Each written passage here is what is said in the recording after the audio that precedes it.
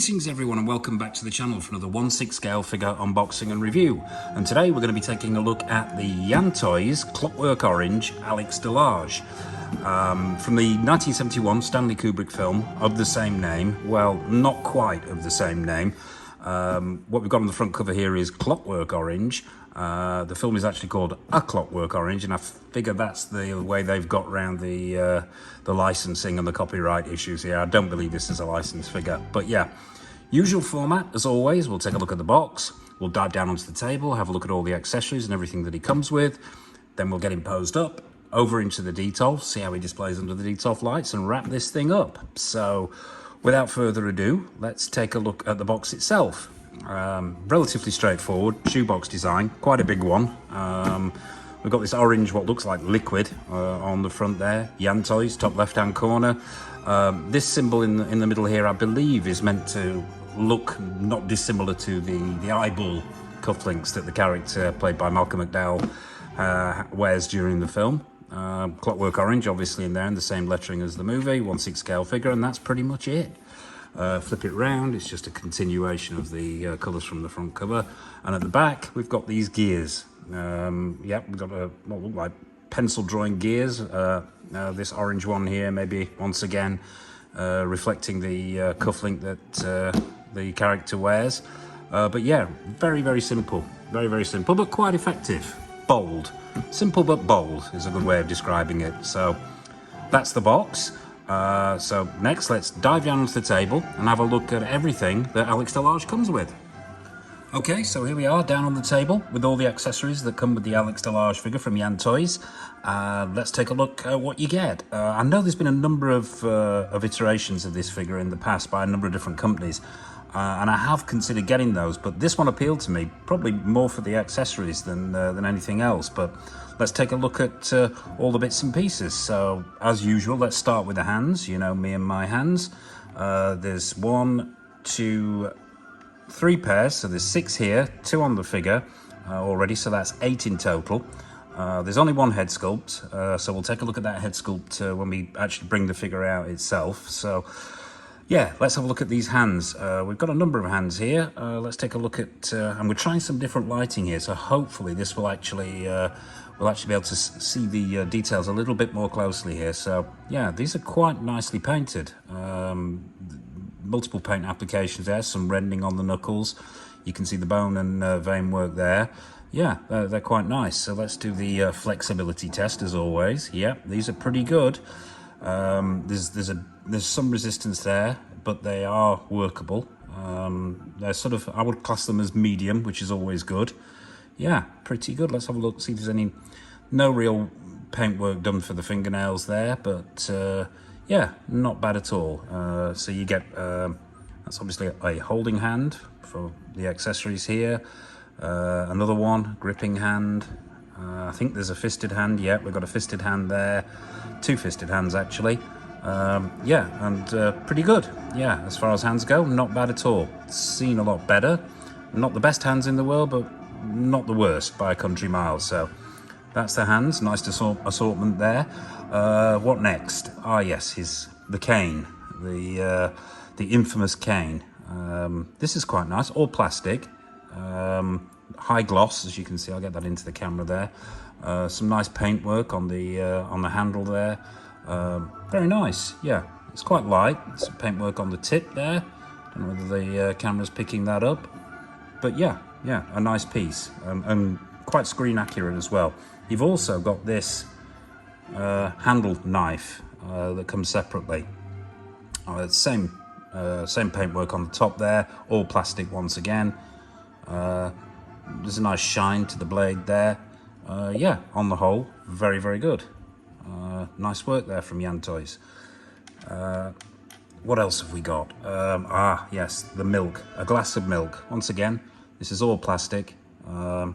Still does look quite convincing as milk with the white paint on the inside there. Yeah, very nice. It's there's a slight mark there, drip there, and probably where they were pouring in the white plastic that goes inside this. But yeah, effective from the Morocco milk bar sequence of the film. For those of you who haven't seen it, and if anybody hasn't seen it, I do suggest you seek it out. It was actually based on a book by Anthony Burgess, the famous British spy, and it's a sort of dystopian tale of the United Kingdom falling into disrepair. It's dated, yeah. It's of its time, but it is most certainly up there with Kubrick's best work. So what else do you get? Well, our hero, or anti-hero of the film, Alex DeLarge, is a huge fan of Beethoven. And you get this rather nice little plastic sculpt bust of Beethoven himself. And yeah, very nicely done too. And if you look closely there, I'll bring this in. I don't know whether the camera's picking this up. You can actually see it's got the black eyelash painted on there, which echoes Alex's makeup as well. So yeah, that's very, very nice. We have the mask, which he wears in a particularly memorable sequence, which we won't go into. But yeah, it's a mask, and we all know what shape that mask is. But yeah, it's elastic, it's all plastic, elastic fastening, goes straight over the head. Yeah, is what it is. Okay, we can't avoid it. I was in two minds as to whether I should include this accessory in this review, but thought, what the hell, let's go for it. The elephant in the room, this thing over here. Yeah, now, if you've seen the film, you'll know the scene that I'm talking about. I won't go into any great detail. If you haven't seen the film, then seek it out and you'll get what we're talking about. This is all porcelain, yeah, and very heavy and very, very nicely made. Yeah, solid piece of porcelain. Don't know whether you can hear that. High gloss finish. Yeah, we won't go into too much detail on that though. So yeah, you get that as well. And finally, let's just move all these bits and pieces to one side, all the accessories to one side, so we can take a look at this base. And I do like this base. They really have done very, very well, Yantoys, on the accessories here. Now, this base is quite heavy. Let's move all these bits out of the way there, so we can get this in shot. Now, this is all one piece of solid wood, yeah, and very nice it is too. You know, you can make out the that's a metal nameplate on the front there. Obviously, it says Clockwork Orange, Alex DeLarge. You have these pads on the bottom, so it won't move around on your shelf or in your detolf, however you choose to display it. But yeah, very nice. Solid piece of wood. You've got a metal crotch grabber, crotch grabber even. And yeah, I really do like this base. Solid, heavy, and looks very, very good when displayed. So yeah, that's the base, that's all the accessories. So without further ado, let's bring out the main event himself. Let's bring out Alex DeLarge and take a look at the figure. Okay, so here he is, Alex DeLarge. Onto the turntable, onto the stand, no accessories. So let's take a closer look at the figure itself. And I will say from the get-go, I'm not 100% certain the choice of positioning the crotch grabber in the top left-hand corner of this base was the best idea. I mean, I think it's a wonderful base, don't get me wrong, but maybe having him a bit more central. It's got a huge footprint, this base, so if you've got it in a detail and you're limited on space, it can be a bit intrusive. But I understand to a certain extent why Yantoys have done it, simply to give you some room here for, shall we say, other accessories. But yeah, but without further ado, let's have a closer look at the figure itself. Let's stop him from spinning so we can get him into the camera. And we'll do as we always do. We will start at the bottom and work our way up. So let's bring him a little bit closer. Let's start with these boots. All molded plastic, all one piece, no split cut boot design. They're pretty nicely painted, all black. Maybe could use a bit of weathering. I'm assuming the legs are pegged straight into the boots themselves. Not much room for movement with these, so dynamic posing will be limited, although I can't really see what massively dynamic poses you'd have this figure in. There are a few maybe, but yeah, it is what it is. Relatively solid feet there. It looks like they've got the proportions of Malcolm McDowell pretty much spot on, so that body looks pretty good. 30 points of articulation, I believe. But yeah, let's take a look at the clothing. Don't know whether the camera's picking this up, but the pants themselves are a slightly off-white, where the shirt is and the braces are actually white. But yeah, they're made of a nice cotton material, pretty screen accurate as far as I can tell. I haven't revisited the film recently. I will have to. But yeah, they're quite tight fitting, which is screen accurate. Not too tight though. It feels like there's some padding at the top here. Not sure why that is.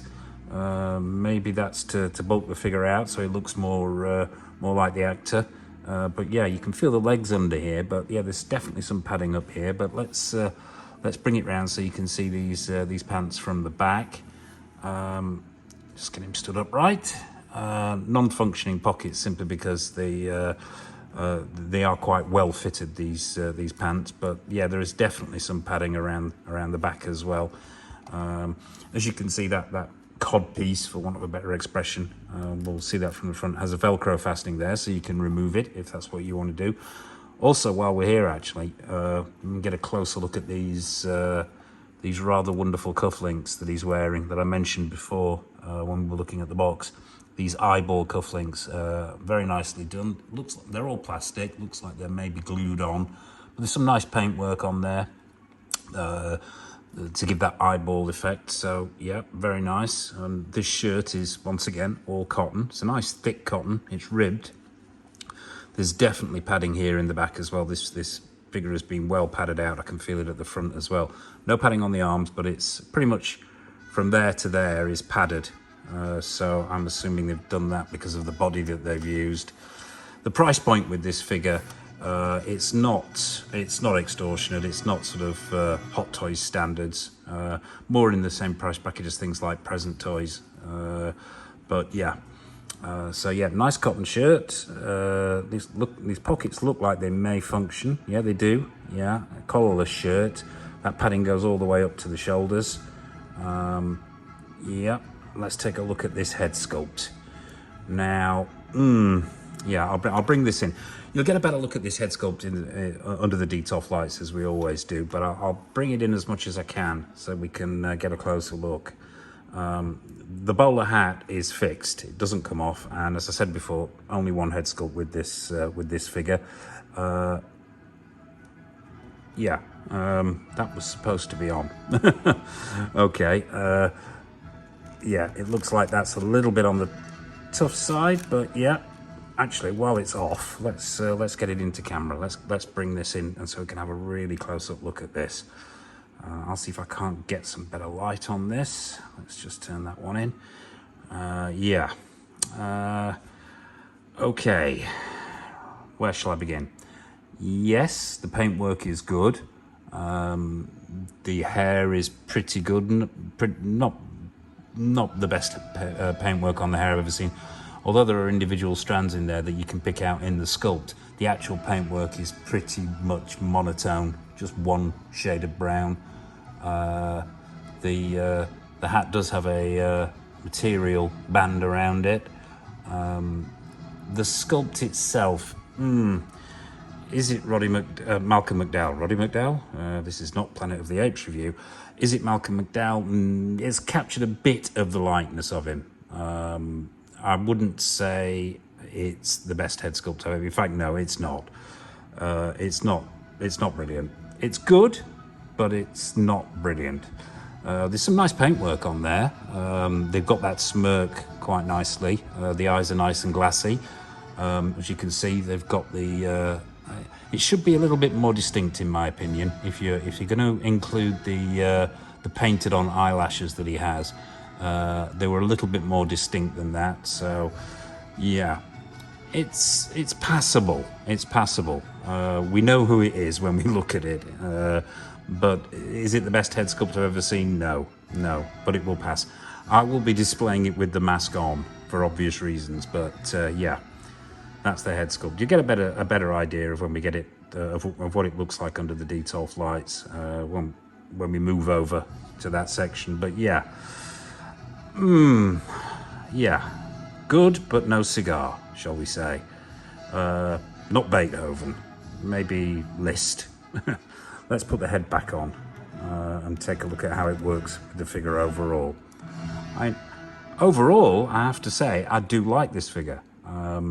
My major gripe would have to be that head sculpt. I think the head sculpt could be better, but I think they've captured the likeness with the head sculpt to a certain extent. Most certainly they've got the outfit spot on. This cotton cod piece is pretty screen accurate. These braces are very nice, elasticated braces. The outfit is screen accurate and well done. Just the head sculpt maybe that lets it down a little bit. But as always, what we'll do next is we'll add a few accessories, get him in a pose, get him over into the detolf and see what the whole thing looks like under those detolf lights. So without further ado, it's over to the detolf. Okay, so here we are over at the detolf with Alex DeLarge. We've got him in a relatively straightforward pose, just holding the cane over his arm there. So how does he work under the detolf lights? Well, I have to say this figure's not without issues. There are some issues there. I mean, the first one really is one that we discussed when we were down on the table, and it's that body that they've used, which has required them to actually pad out the figure.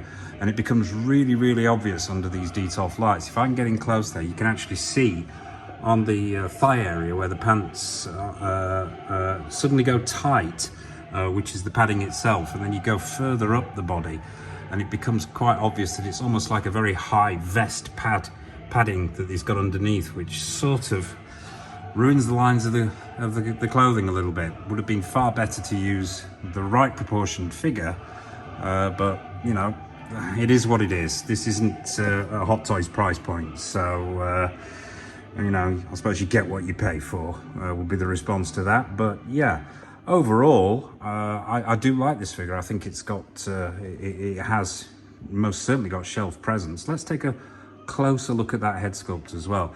Obviously, as I mentioned before, I'm displaying him with the mask on, simply because I think it just looks more effective.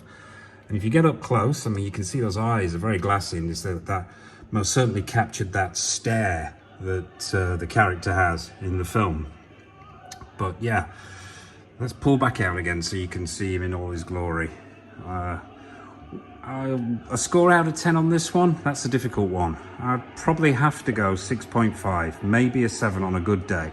As I say, let down a little bit by that head sculpt and the way the padding works with this figure is not to my taste. But plus points, most certainly the accessories, that wonderful display base there, that interesting piece of sculpture, shall we say, great accessories, great base, and they most certainly have captured the likeness of the character. So there you have it. That's Yan Toys, Alex DeLarge from A Clockwork Orange. What's coming up next on the channel? That's a good question. I believe coming up very, very soon will be an unboxing and review of a brand new John Matrix from Commando, Arnold Schwarzenegger, the wonderful 80s cheese fest that was Commando. So that should be coming up pretty soon. I suppose all it remains for me to say is please hit the like button, comment in the comment section, hit the subscribe button so you don't miss any more of the content that's coming up, and we have got a lot more coming up. And I suppose all it remains for me to say is it's goodbye from me, it's goodbye from the Droog, Alex DeLarge. Take care of yourselves and happy collecting.